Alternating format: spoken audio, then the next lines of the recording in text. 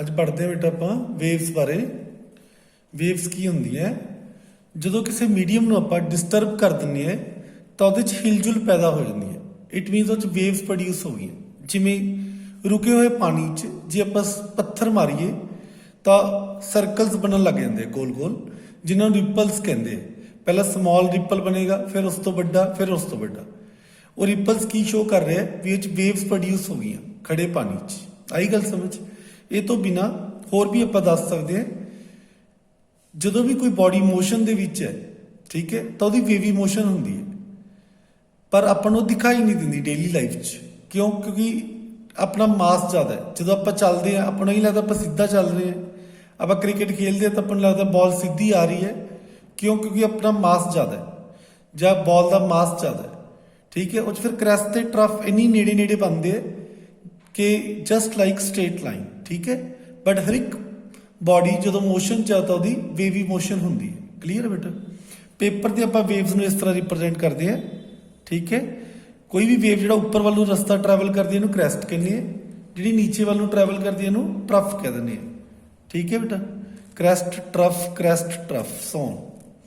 Point of maximum upward displacement is called crest. Wave ਦੁਆਰਾ ਉੱਪਰ ਵੱਲ ਨੂੰ ਰਸਤਾ ਟਰੈਵਲ ਕੀਤਾ ਹੋਇਆ ਕੀ ਕਹਿੰਦੇ ਕ੍ਰੈਸਟ, ਨੀਚੇ ਵੱਲ ਨੂੰ ਟਰੈਵਲ ਕੀਤਾ ਹੋਇਆ ਕੀ ਕਹਾਂਗੇ ਟਰਫ। ਨੈਕਸਟ ਹੈ ਵੇਵ ਲੈਂਥ। ਇਹਨੂੰ ਰਿਪਰੈਜ਼ੈਂਟ ਕਰਦੇ ਅਸੀਂ ਗ੍ਰੀਕ ਲੈਟਰ ਲੈਮਡਾ ਨਾਲ, ਠੀਕ ਹੈ। ਆ ਲੈਮਡਾ ਦਾ ਸਾਈਨ ਹੈ। ਦੋ ਨਾਲ ਲੱਗਵੇਂ ਕ੍ਰੈਸਟ ਜਾਂ ਟਰਫਸ ਦੇ ਵਿਚਕਾਰ ਜਿਹੜਾ ਡਿਸਟੈਂਸ ਹੁੰਦਾ ਉਹਨੂੰ ਅਸੀਂ ਵੇਵ ਲੈਂਥ ਕਹਿੰਦੇ ਹਾਂ। ਮੰਨ ਲਓ ਆ ਕ੍ਰੈਸਟ ਹੈ, ਆ ਵੀ ਕ੍ਰੈਸਟ ਹੈ, ਨਾਲ ਲੱਗਵੇਂ ਕ੍ਰੈਸਟ ਹੈ। ਸੈਂਟਰ ਤੋਂ ਸੈਂਟਰ ਤੱਕ ਦਾ ਜਿਹੜਾ ਡਿਸਟੈਂਸ ਆ ਉਹ ਲੈਮਡਾ ਹੈ। ਅਸੀਂ ਦੋ ਐਡਜੈਸੈਂਟ ਟਰਫਸ ਦੇ ਵਿਚਕਾਰ ਵੀ ਜਿਹੜਾ ਡਿਸਟੈਂਸ ਆ ਉਹਨੂੰ ਵੀ ਕੀ ਕਹਿ ਸਕਦੇ ਹਾਂ? Lambda, wave length. ਕਲੀਅਰ ਹੈ ਬੇਟਾ? ਇਹਦੇ ਕਈ ਯੂਨਿਟਸ ਹੁੰਦੇ ਆ।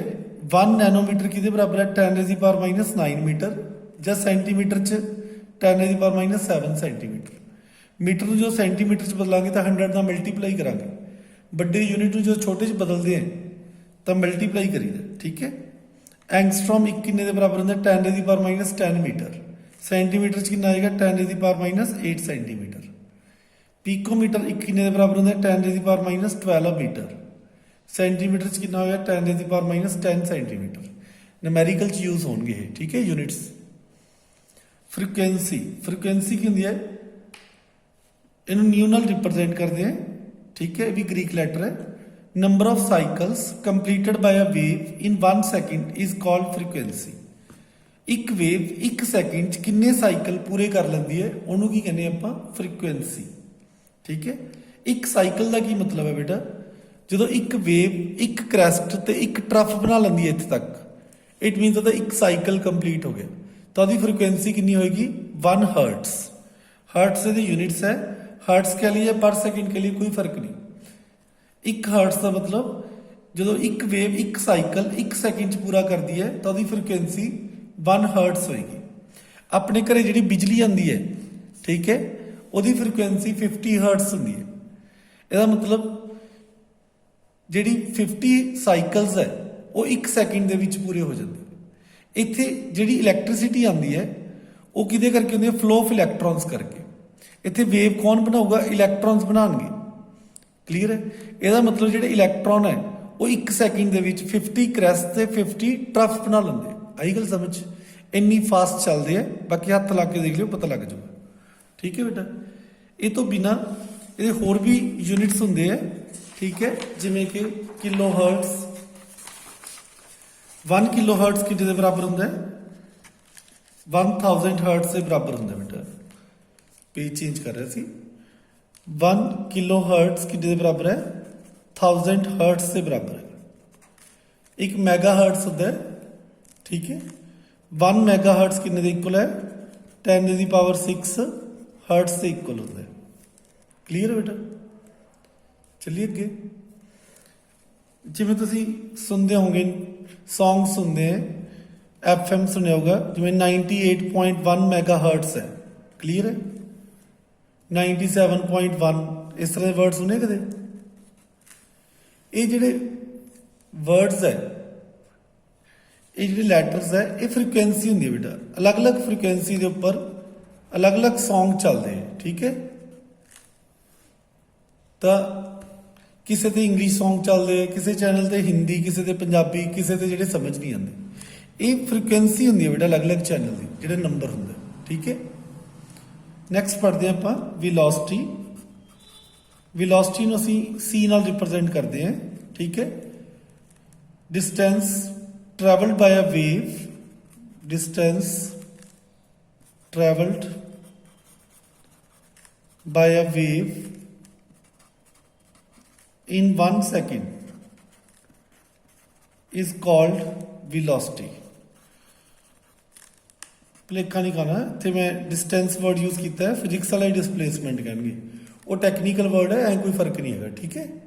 1 ਸੈਕਿੰਡ 'ਚ ਇੱਕ ਵੇਵ ਕਿੰਨਾ ਰਸਤਾ ਟਰੈਵਲ ਕਰਦੀ ਹੈ, ਉਹਨੂੰ ਕੀ ਕਹਿੰਦੇ ਆ ਆਪਾਂ, ਵੈਲੋਸਿਟੀ। ਆਈ ਗੱਲ ਸਮਝ। ਜਿਹੜੀਆਂ ਇਲੈਕਟ੍ਰੋਮੈਗਨੈਟਿਕ ਰੇਡੀਏਸ਼ਨਸ ਹੁੰਦੀਆਂ, ਕਿਹੜੀਆਂ ਕਿਹੜੀਆਂ ਹੁੰਦੀਆਂ ਇਹ electromagnetic radiations, that is cosmic rays, gamma rays, X rays, ultraviolet rays, visible rays, infrared rays, microwaves, radio waves,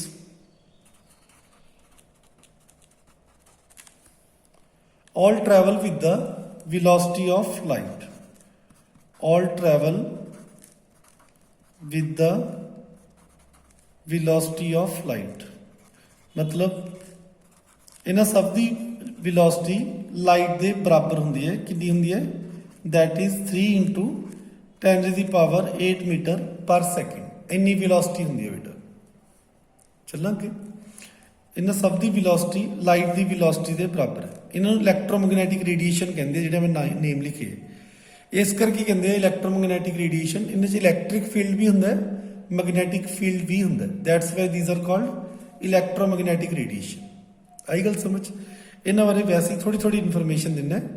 radio waves ਜਿਹੜੀਆਂ ਹੁੰਦੀਆਂ, ਜਿਹੜੇ ਆਪਾਂ ਗਾਣੇ ਸੁਣਦੇ ਆ ਰੇਡੀਓ ਸਟੇਸ਼ਨ ਤੇ, that is due to radio waves. Microwave oven 'ਚ ਜਿਹੜੀ ਯੂਜ਼ ਕਰਦੇ ਆ, ਦੈਟ ਆਰ ਮਾਈਕ੍ਰੋਵੇਵਸ। ਕਲੀਅਰ ਹੈ, ਹੀਟਿੰਗ ਪਰਪਸ ਲਈ। ਜਿਹੜੀ ਗਰਮੀ ਮਹਿਸੂਸ ਕਰਦੇ ਆ ਤਾਂ ਉਹ ਇਨਫਰਾਰੈਡ ਰੇਡੀਏਸ਼ਨਸ ਕਰਕੇ ਹੈ, ਜਿਹੜੀ ਸਨ ਤੋਂ ਆਉਂਦੀ ਹੈ, ਠੀਕ ਹੈ। ਵਿਜ਼ੀਬਲ ਰੇਸ ਜਿਹਨੂੰ ਆਪਾਂ ਦੇਖ ਸਕਦੇ ਹਾਂ, ਇਹ 7 ਕਲਰਸ ਹੁੰਦੇ ਆ ਵਿਬਗਿਓਰ। ਇਹਨਾਂ ਦੀ ਵੇਵਲੈਂਥ 380 ਨੈਨੋਮੀਟਰ ਤੋਂ ਲੈ ਕੇ 760 ਨੈਨੋਮੀਟਰ ਤੱਕ ਹੁੰਦੀ ਹੈ। ਕਈ ਬੁੱਕਸ 'ਚ 400 to 800 ਲਿਖਿਆ ਹੁੰਦਾ। ਜੇ ਵੇਵਲੈਂਥ ਇਸ ਰੇਂਜ 'ਚ ਹੈ ਤਾਂ ਹੀ ਆਪਾਂ ਉਸ ਲਾਈਟ ਨੂੰ ਦੇਖ ਸਕਦੇ। ਇਦੋਂ ਘੱਟ ਜਾਂ ਵੱਧ ਹੋਊਗੀ ਵੇਵਲੈਂਥ ਤਾਂ ਆਪਾਂ ਨੇਕਡ ਆਈ ਨਾਲ ਦੇਖ ਨਹੀਂ ਸਕਦੇ। ਜੋ ਰੈੱਡ ਕਲਰ ਦੀ ਵੇਵਲੈਂਥ ਸਭ ਨਾਲ ਜ਼ਿਆਦਾ ਹੁੰਦੀ ਹੈ, ਵਾਇਲਟ ਦੀ ਸਭ ਨਾਲ ਘੱਟ। ਲੈਫਟ ਟੂ ਰਾਈਟ ਵੇਵਲੈਂਥ ਵੱਧਦੀ ਹੈ, ਠੀਕ ਹੈ। ਅਲਟਰਾਵਾਇਲਟ ਰੇਜ਼, ਸਨ ਅਲਟਰਾਵਾਇਲਟ ਰੇਜ਼ ਵੀ ਐਮਿਟ ਕਰਦਾ ਹੈ, ਬਟ ਆਪਣੇ ਐਟਮੋਸਫੀਅਰ 'ਚ ਓਜ਼ੋਨ ਗੈਸ ਦੀ ਲੇਅਰ ਹੁੰਦੀ ਹੈ, ਜਿਹੜੀ ਕੀ ਕਰਦੀ ਹੈ, ਅਲਟਰਾਵਾਇਲਟ ਰੇਜ਼ ਨੂੰ ਅਰਥ ਸਰਫੇਸ ਤੇ ਪਹੁੰਚਣ ਤੋਂ ਰੋਕਦੀ ਹੈ। ਜਿਹੜੀਆਂ ਪਹੁੰਚਦੀਆਂ ਥੋੜੀਆਂ ਬਹੁਤ, ਉਹ ਹਾਰਮਲੈਸ ਹੁੰਦੀਆਂ। ਜੇ ਓਜ਼ੋਨ ਲੇਅਰ ਨਾ ਹੁੰਦੀ ਤਾਂ ਆਪਣੀ ਲਾਈਫ ਸ਼ਾਇਦ ਨਾ ਪੋਸੀਬਲ ਹੋਣੀ ਸੀ, ਕਿਉਂਕਿ ਇਹਨਾਂ ਸਕਿਨ ਕੈਂਸਰ ਹੋ ਜਾਂਦਾ, ਠੀਕ ਹੈ ਬੇਟਾ। ਐਕਸ ਰੇਜ਼, ਕਿਸੇ ਦੀ ਹੱਡੀ ਤੋੜੀ ਹੋਵੇ ਜਾਂ ਟੁੱਟੀ ਹੋਵੇ, ਐਕਸ-ਰੇ ਕਰਵਾਇਆ ਹੋਊਗਾ, ਠੀਕ ਹੈ। ਇਹ ਆਪਣੀ ਬਾਡੀ 'ਚ ਪੈਨੀਟ੍ਰੇਟ ਕਰਕੇ ਜਿੱਥੋਂ ਕੋਈ ਬੋਨ ਬ੍ਰੇਕ ਹੋਈ ਹੈ ਉੱਥੋਂ ਇਮੇਜ ਖਿੱਚ ਕੇ ਲਿਆਉਂਦੀਆਂ, ਐ ਸਮਝੋ। ਗਾਮਾ ਰੇਜ਼ ਕਿਹੜੀਆਂ ਹੁੰਦੀਆਂ, ਇਹ ਨਿਊਟਰਲ ਰੇਜ਼ ਹੈ, ਇਹਨਾਂ ਦੇ ਨਾ ਹੀ ਕੋਈ ਚਾਰਜ ਹੁੰਦਾ ਨਾ ਮਾਸ। ਜਿਹੜੇ ਰੇਡੀਏਟਿਵ ਸਬਸਟੈਂਸ ਹੈ ਜਨਰਲੀ ਉਹ ਛੱਡਦੇ ਆ, ਠੀਕ ਹੈ। ਕਾਸਮਿਕ ਰੇਜ਼, ਇਹ ਸੈਟਲਾਈਟ ਵਗੈਰਾ ਚਲਾਉਣ 'ਚ, ਬ੍ਰੌਡਕਾਸਟਿੰਗ 'ਚ ਹੈਲਪ ਕਰਦੀ ਹੈ, ਠੀਕ ਹੈ। ਥੋੜੀ ਇਨਫੋਰਮੇਸ਼ਨ ਵੈਸੇ ਹੀ ਦੇਤੀ ਇਹਨਾਂ ਬਾਰੇ। क्लियर है बेटा। नेक्स्ट है वेव नंबर। ध्यान ना सुनना है, वेव नंबर इनू न्यू बार नाल रिप्रेजेंट करते, ऊपर एक हॉरिजॉन्टल लाइन लगाती, that is called bar, nu bar, ठीक है। Mathematically it is equal to the reciprocal of wavelength. ਇਹ ਵੇਵਲੈਂਥ ਦੇ ਰੈਸੀਪ੍ਰੋਕਲ ਦੇ ਇਕੁਅਲ ਹੈ। ਰੈਸੀਪ੍ਰੋਕਲ ਮਤਲਬ ਉਲਟਾ, ਠੀਕ ਹੈ। ਤਾਂ ਨਿਊ ਬਾਰ ਕਿਹਦੇ ਬਰਾਬਰ ਹੈ, 1/λ। ਕਲੀਅਰ ਹੈ, ਠੀਕ ਹੈ। ਟੈਕਨੀਕਲੀ ਕੀ ਮੀਨਿੰਗ ਹੁੰਦਾ ਇਹਦਾ, ਅਗਲੇ ਪੇਜ ਤੇ ਸਮਝਾਉਂਦਾ ਹੈ। ਨੈਕਸਟ ਦੇਖੋ, ਮੰਨ ਲਓ ਆ ਮੈਂ ਵੇਵ ਦੁਬਾਰਾ ਬਣਾ ਲਈ, ਠੀਕ ਹੈ। ਸਪੋਜ਼ ਇੱਥੇ ਕ੍ਰੈਸਟ ਹੈ, ਇੱਥੇ ਹੈ ਨਾ, ਆ ਪਹਿਲਾਂ ਕ੍ਰੈਸਟ ਬਣਿਆ, ਫਿਰ ਟਰਫ, ਫਿਰ ਕ੍ਰੈਸਟ, ਫਿਰ turf.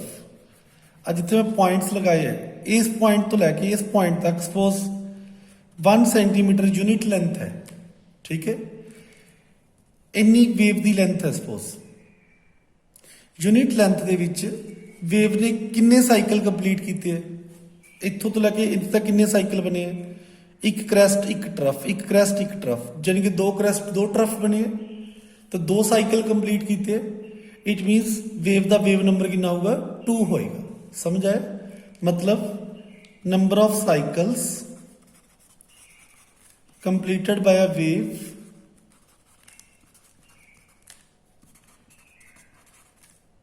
in a unit length, unit length 1 centimetre भी हो सकती है, 1 मीटर भी हो सकती है, डिपेंड करता है CGS यूनिट है SI यूनिट है, इज कॉल्ड वेव नंबर। समझ आया इसका मतलब? सपोज एक यूनिट लेंथ है, इतों तो लैके इतने तक उस वेव है जी 2 साइकिल पूरे कर रही है, मतलब 2 क्रैस्ट 2 ट्रफ बना रही है। इट मीनस इसका वेव नंबर कितना होया, 2 होया। टैक्नीकली मीनिंग इस तरह। आई गल समझ बेटा? चलिए अगे नेक्स्ट देखो, एम्पलीट्यूड। हाइट ऑफ क्रेस्ट और depth of trough is called amplitude. जिन्नी क्रैस्ट की हाइट है चाहे डेप्थ की, सॉरी ट्रफ की डेप्थ है, उन्होंने की कहने आप amplitude. It is the height of crest और डेप्थ ऑफ ट्रफ। ठीक है, आगे देखो न्यूमेरिकली रिलेशनशिप बिटवीन